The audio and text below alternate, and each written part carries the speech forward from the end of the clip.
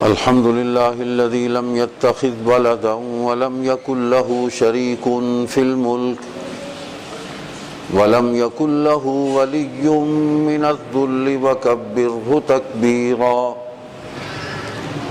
سبحانه وتعالى عما يقولون علوا كبيرا وأشهد أن لا إله إلا الله وحده لا شريك له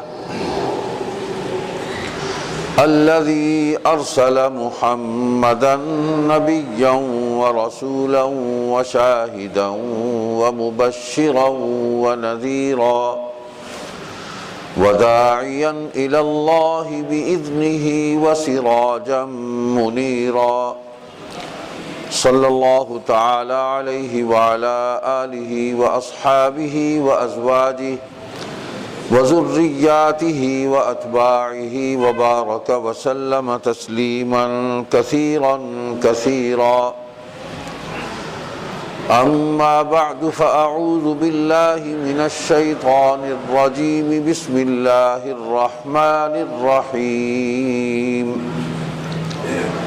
يا أيها الذين آمنوا ادخلوا في السلم كافة ولا تتبعوا خطوات الشيطان إنه لكم عدو مبين صدق الله مولانا العظيم وصدق رسوله النبي الصادق الوعد الأمين اللهم صل على محمد وعلى آل محمد كما صليت على إبراهيم وعلى آل إبراهيم إنك حميد مجيد اللهم بارك على محمد وعلى آل محمد كما باركت على إبراهيم وعلى آل إبراهيم إنك حميد مجيد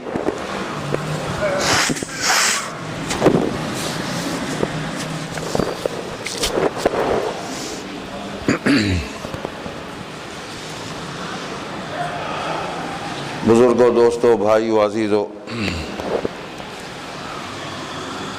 اللہ سبحانہ و تعالیٰ کا ہم عاجزوں پر بے پناہ احسان اور فضل ہے، اس کی مہربانی اور کرم ہے کہ اللہ تعالیٰ نے ہمیں حضور علیہ الصلوۃ والسلام کی امت میں پیدا فرمایا اور ہمیں دین اسلام کی عظیم الشان نعمت سے سرفراز فرمایا۔ قیامت تک کے لیے، تمام زمانوں کے لیے حضور علیہ الصلوۃ والسلام کی نبوت اور رسالت کو ہدایت اور روشنی کا ذریعہ بنایا اور قرآن کریم کو ضابطۂ حیات، دستور حیات، قانون حیات کی حیثیت میں حضور علیہ الصلوۃ والسلام پر نازل فرمایا، اور قیامت تک یہ قانون باقی رہے گا، ہر زمانے کے لیے کافی ہے۔ اللہ تبارک و تعالیٰ نے حکم فرمایا کہ ایمان والو دین میں پورے کے پورے داخل ہو جاؤ، اور دیکھو شیطان کے نقش قدم کی پیروی نہ کرو، وہ تمہارا کھلا دشمن ہے۔ وَإِن زَلَلْتُم مِّن بَعْدِ مَا جَاءَتْكُمُ الْبَيِّنَاتُ فَاعْلَمُوا أَنَّ اللَّهَ عَزِيزٌ حَكِيمٌ، یعنی اللہ کی آیات اور اس کے قوانین اور اس کی نشانیاں تم پر ظاہر ہو گئی، اس کے احکام تم پر واضح ہو گئے۔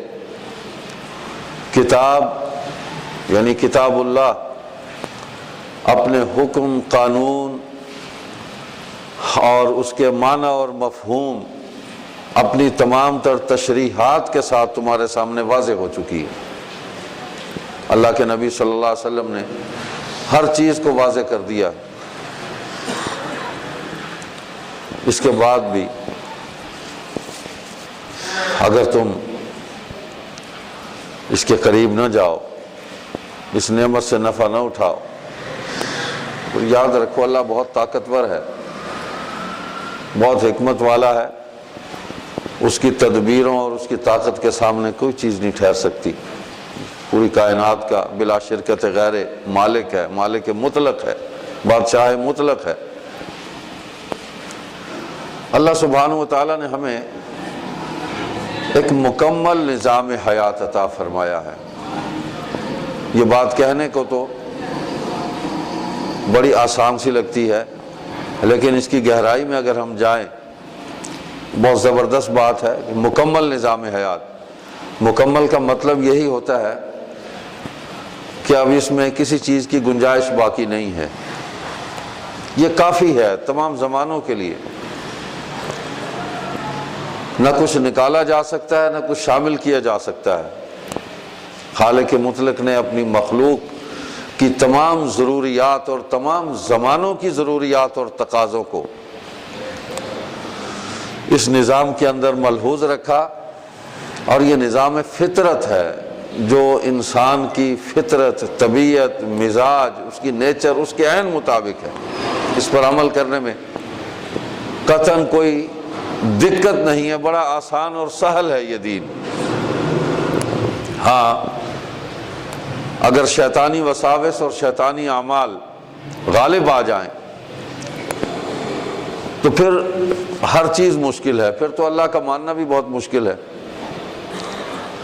نبوت و رسالت، اللہ کی کتاب، حیات، موت، قبر، حشر، جنت، دوزخ، حساب کتاب، پھر کچھ بھی نہیں باقی رہتا، ہر چیز مشکوک ہو جاتی ہے، اور انسان اپنی عقل کی میزان پر ہر چیز کو تولتا ہے، اور اپنے مشاہدے کی بنیاد پر، اپنے ناقص علم کی بنیاد پر ہر چیز کو دیکھنے، سمجھنے اور پرکھنے کی کوشش کرتا ہے، نقصان اٹھاتا ہے، اس دنیا میں بھی اور آخرت میں بھی۔ اللہ تعالیٰ نے جو دین عطا فرمایا ہے بڑا مختصر اس کا مقصد ہے، پھیلا لیں تو پوری زندگی اس کے اندر آ جاتی ہے۔ دنیا کے اندر عزت اور آخرت میں کامیابی، دو ہی مقصد ہے نا، دنیا کے اندر عزت اور آخرت میں کامیابی۔ قرآن کریم میں کیا وہ دعا آتی ہے؟ اعوذ باللہ من الشیطان الرجیم، ربنا آتنا فی الدنیا حسنة وفی الآخرة حسنة وقنا عذاب النار۔ کیا ہمارے رب ہماری دنیا کو بھی خوبصورت بنا دے، حسین بنا دے، اور ہماری آخرت کو بھی حسین بنا دے، اور ہمیں عذاب سے بچا لے۔ تو دو ہی مقصد ہے نا، کہ دنیا میں عزت اور آخرت میں کامیابی۔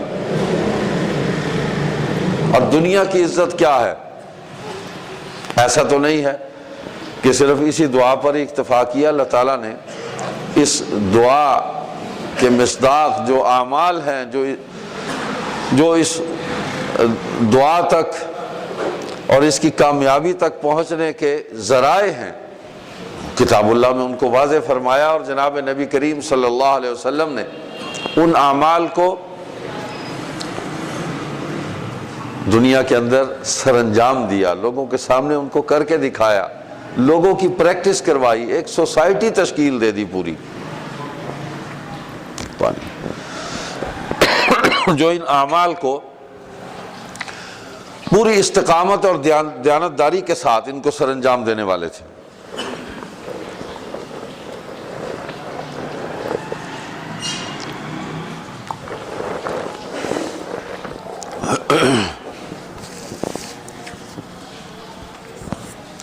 کہ دنیا کی زندگی کن اصولوں کے ماتحت جو ہے وہ گزاری جائے گی۔ لقد کان لکم فی رسول اللہ اسوۃ حسنہ، تمہارے لیے بہترین چال ہے رسول اللہ صلی اللہ علیہ وسلم کی چال، اسی کو چلنا تمہارے لیے بہترین ہے۔ آپ علیہ الصلوۃ والسلام کے اسوہ حسنہ میں، آپ کے اعمال مبارکہ میں کوئی بات باقی رہی تو ہے نہیں۔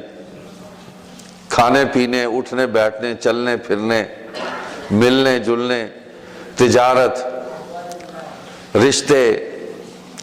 رشتے داروں سے میل جول، ہمسایہ، معاشرہ پورا، حالت امن، حالت جنگ،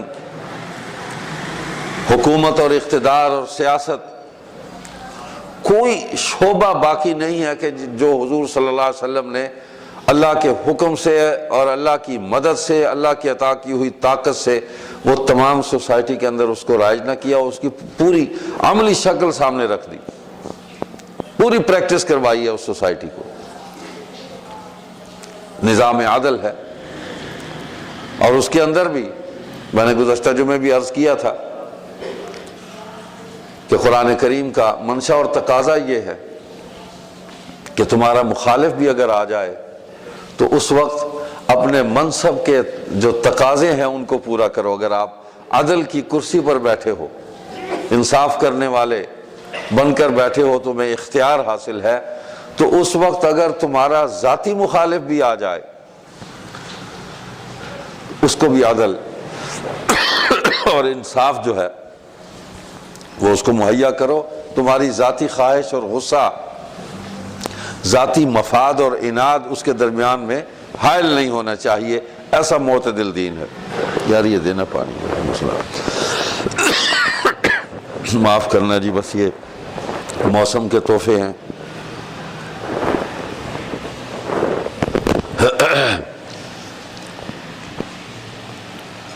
اللہ اکبر۔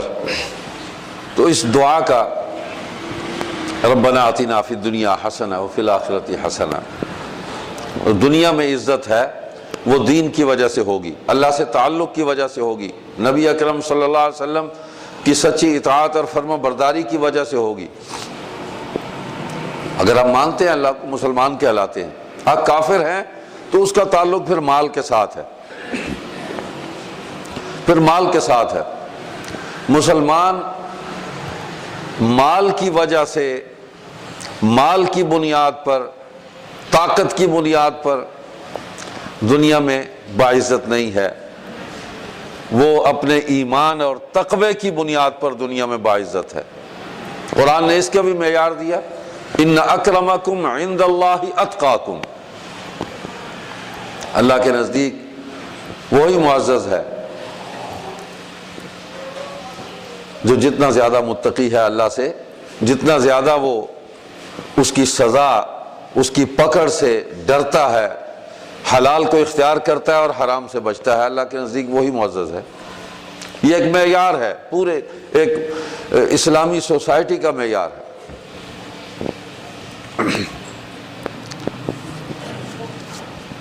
لیکن آج مال و دولت، جاہ و منصب، قوت اور طاقت، یہ دنیا کی عزت کے اسباب ہیں اس وقت، اور یہ کفار و مشرکین کا نظریہ ہے، یہ دین کا نظریہ نہیں ہے۔ خاندان، برادری،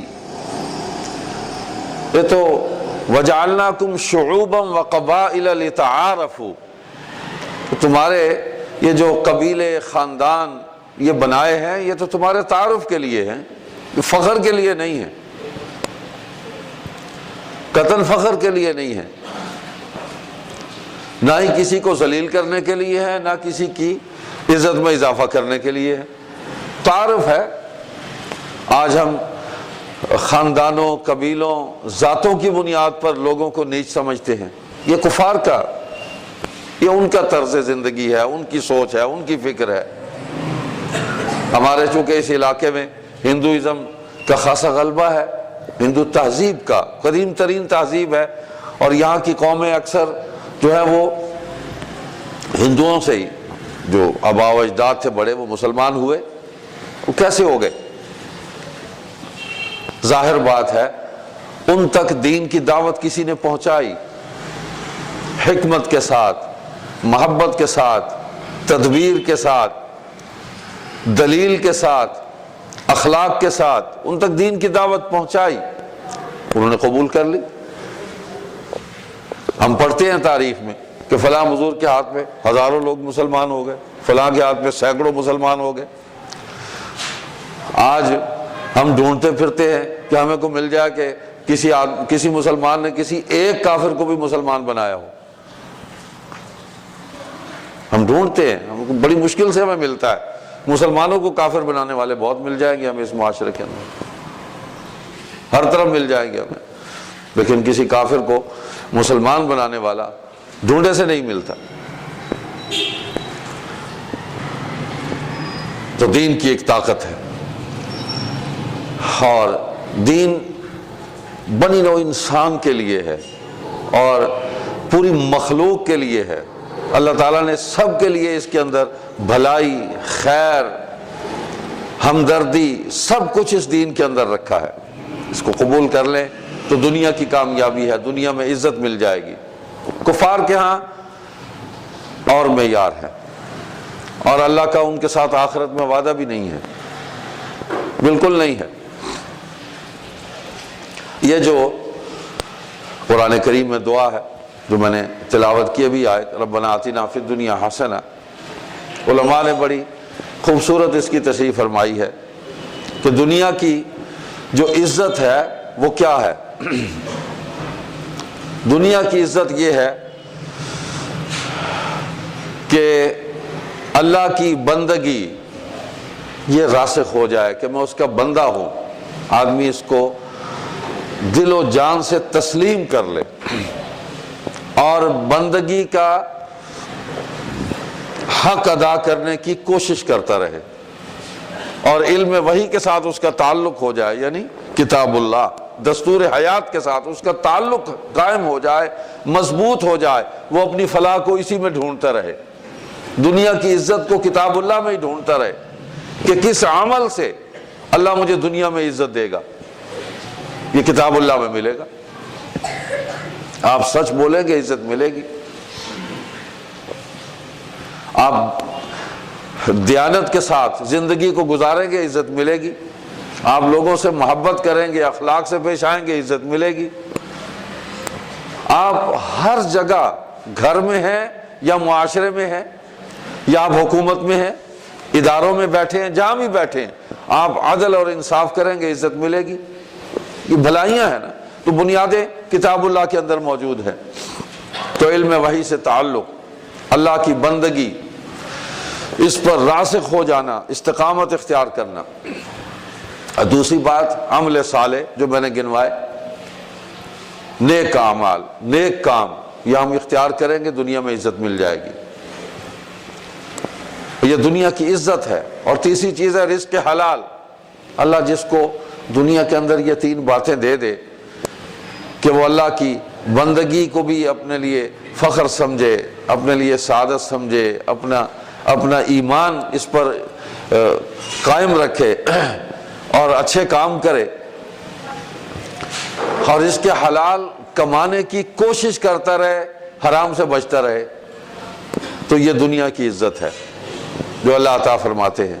اور آخرت کی عزت کیا ہے؟ آخرت میں کامیابی کہ ان اعمال صالح، نیک کاموں کے بدلے میں اللہ تعالیٰ وہاں پر اجر عطا فرمائیں، اچھا بدلہ عطا فرمائیں، ثواب اور رحمت اس سے نواز دیں۔ کامیابی ہے، یعنی دین کا مقصد یہی ہے کہ دنیا میں عزت، آخرت میں کامیابی، دوزخ سے نجات اور جنت میں داخلہ۔ اور تیسری جو آخرت کی کامیابی ہے وہ اللہ سبحانہ و تعالیٰ کا دیدار ہے، اس کی زیارت ہے، اور اللہ نے وعدہ کیا ہے، قرآن کریم میں اس کا اشارہ ہے اور حدیث پاک میں اس کی تفصیل ہے، اس لیے کہ حدیث ہی قرآن کی تشریح کرتی ہے۔ اللہ فرماتے ہیں کہ میں بہت زیادہ تمہیں دوں گا اس دن، تو حدیث میں آیا کہ وہ بہت زیادہ کیا اللہ عطا فرمائیں گے، تو اللہ تعالیٰ اپنی زیارت کروائیں گے، پوچھیں گے اہل جنت سے کہ کوئی کمی رہ گئی کسی نعمت میں،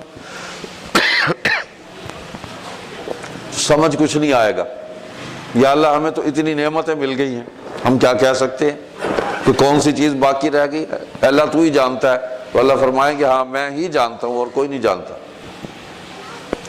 تو حجاب ختم ہو جائے گا، اللہ فرمائیں گے لو مجھے دیکھ لو،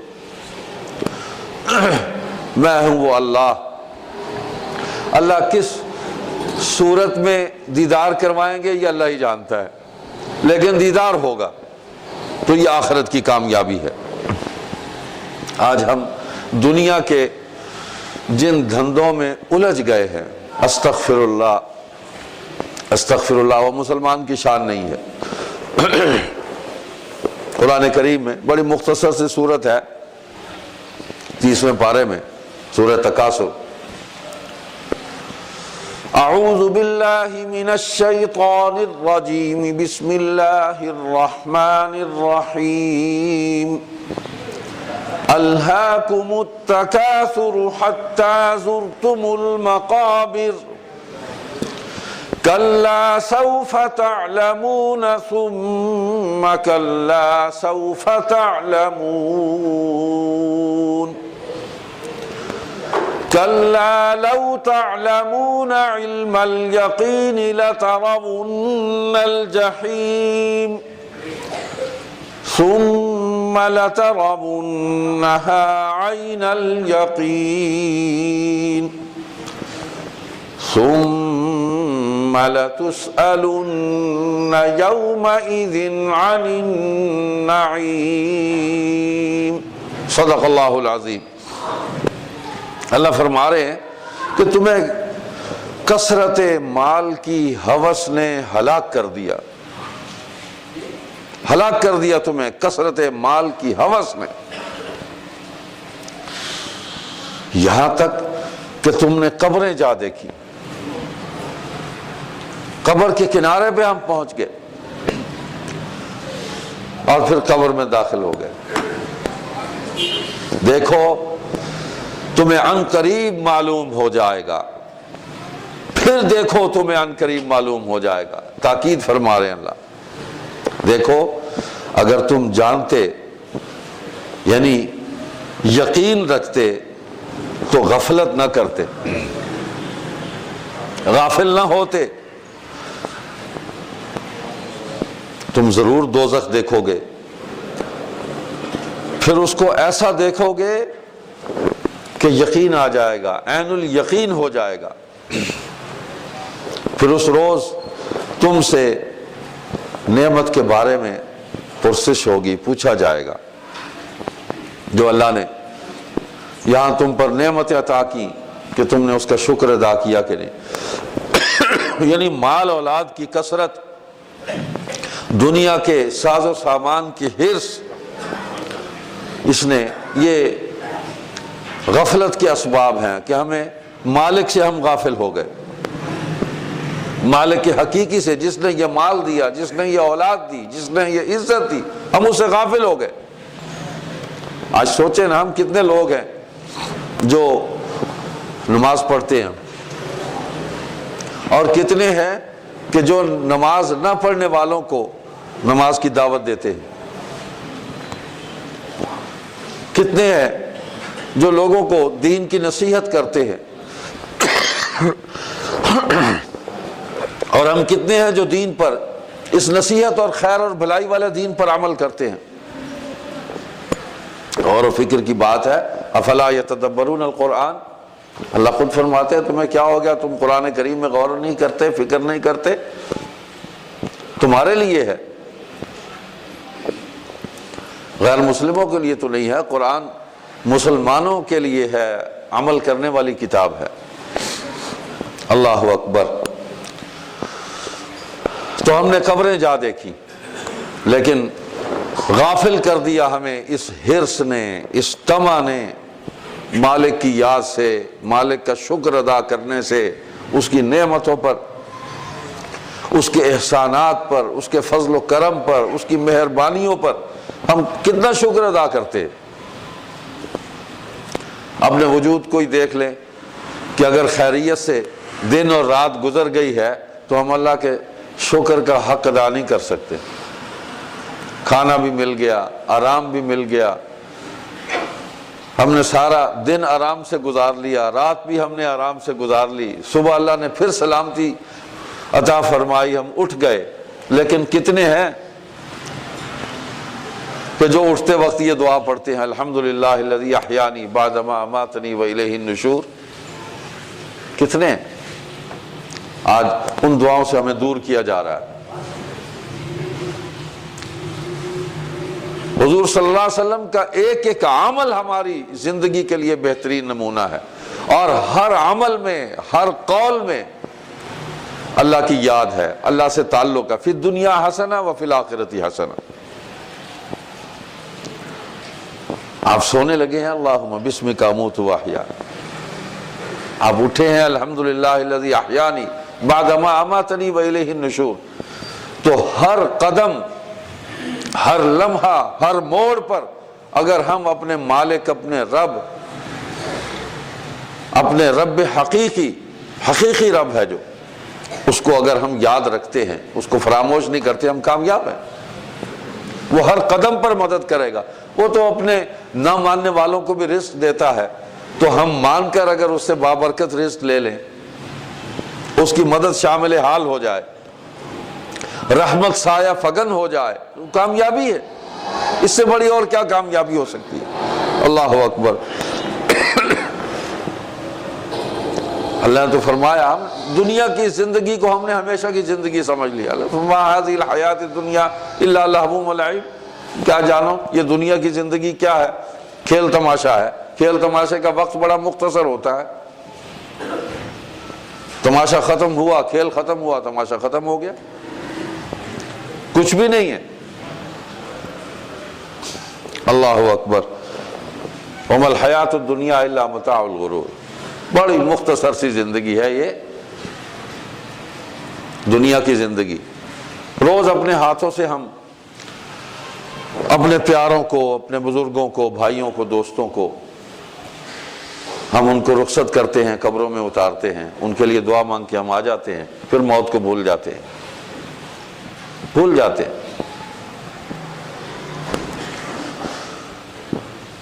آج جو یہ عذاب کی صورت ہے، جو پریشانیاں ہیں، جو مسائل میں ہم گر گئے ہیں، مشکلات نے پنجے گاڑ لیے ہیں، ہم پر کون لوگ مسلط ہو گئے ہیں۔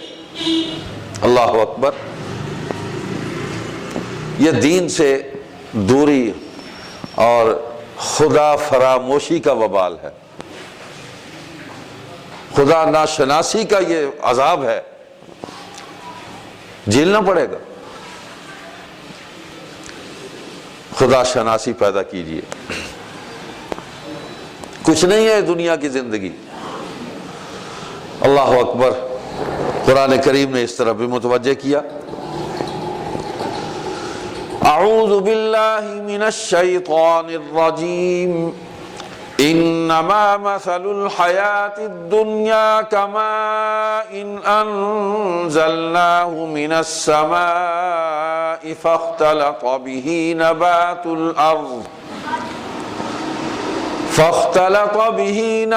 الارض مما یأکل الناس والانعام حتى إذا أخذت الأرض زخرفها وزينت وظن أهلها أنهم قادرون عليها أتاها أمرنا ليلا أو نهارا فجعلناها حصيدا كأن لم تغن بالأمس كذلك نفصل الآيات لقوم يتفكرون۔ دنیا کی زندگی کی مثال تو ایسے ہی ہے کہ آسمان سے پانی میں نے نازل کیا، بارش برسائی، مٹی اور پانی ملے، اس میں سے نباتات، سبزہ ہوگا، اس میں سے اس سبزے کو حیوانوں نے بھی کھایا، چوپایوں نے بھی کھایا، انسانوں نے بھی کھایا۔ جو ان کا کھانے والا تھا وہ کھا گئے، جو انسانوں کے کھانے والا تھا وہ انسانوں نے کھا لیا۔ لیکن یہ جب سبزہ اگا اور یہ کھیتیاں سرسبز و شاداب ہوئیں، لہلہائے، درخت پھلوں سے لدے، تو انسان نے سوچا کہ یہ میری محنت ہے، یہ میں نے کاشت کی ہے، یہ میں نے یہاں سب کچھ کیا ہے، میں نے ہل چلائے، میں نے کھاد ڈالی، میں نے محنت کی، میں نے وقت لگایا۔ میں نے اس کو زینت بخشی.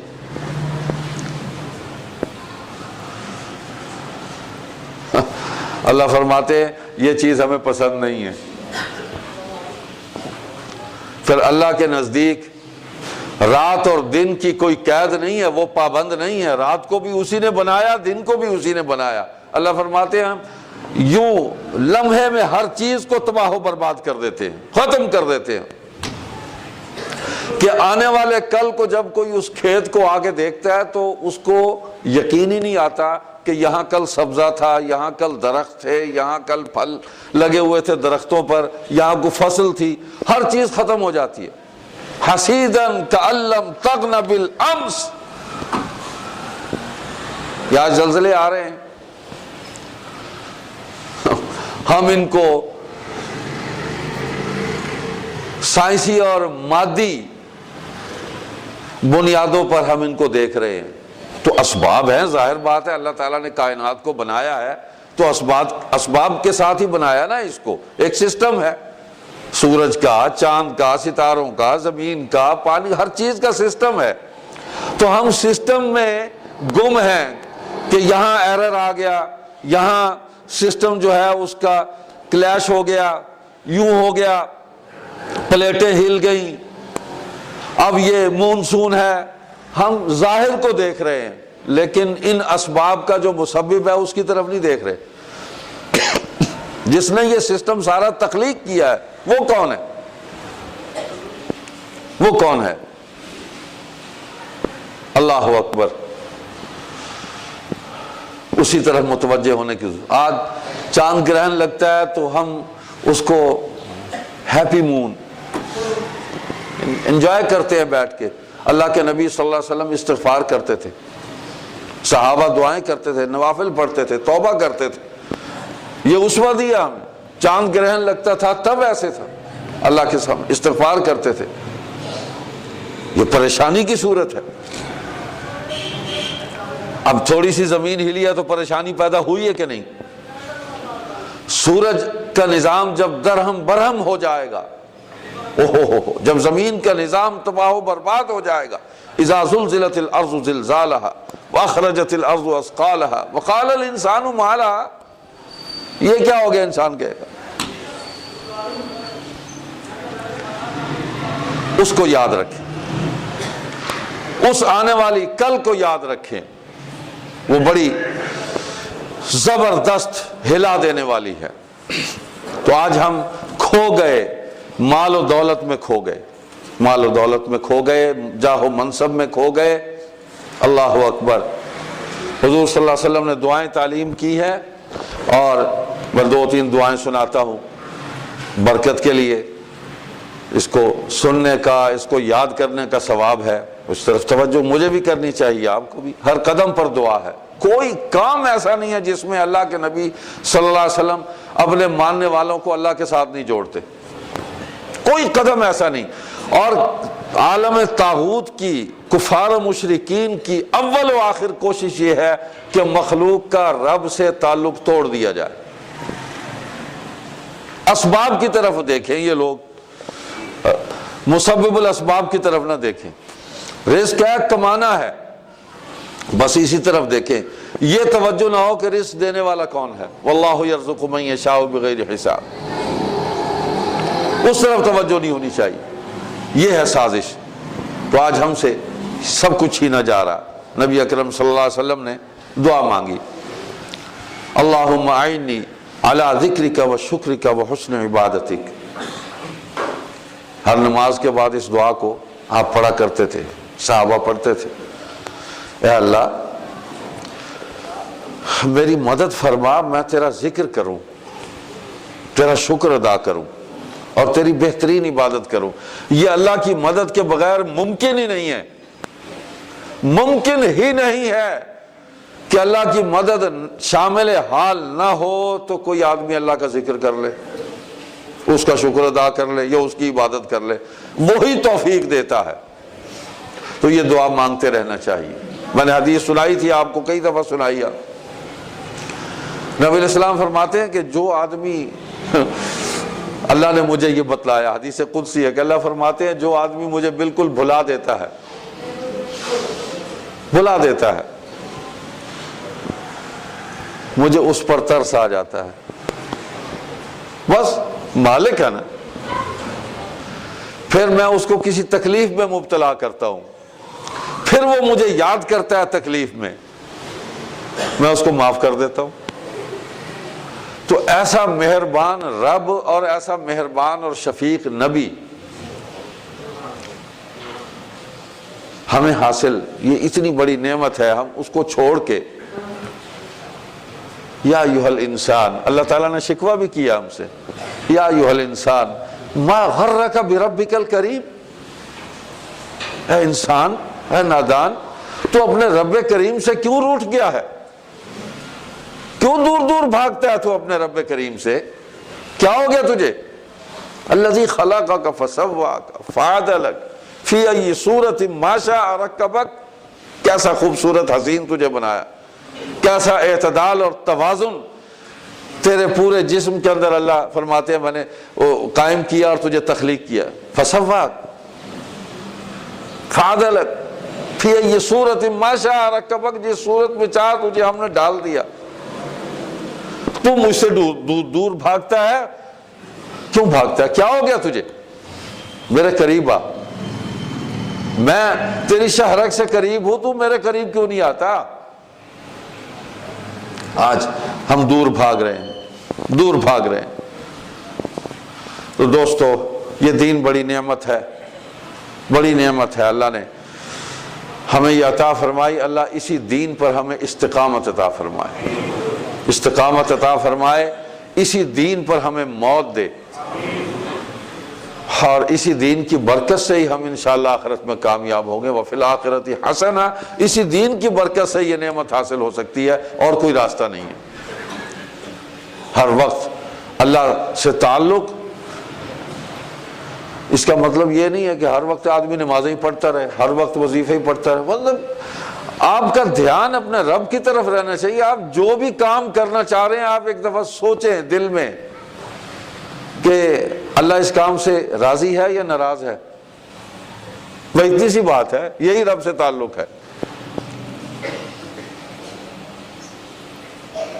انا عند منکسرۃ القلوب، حدیث میں آتا ہے، اللہ فرماتے ہیں میں ٹوٹے ہوئے دلوں میں رہتا ہوں. دنیا تو دل کو توڑتی ہے، رب دل کو نہیں توڑتا، بالکل نہیں توڑتا.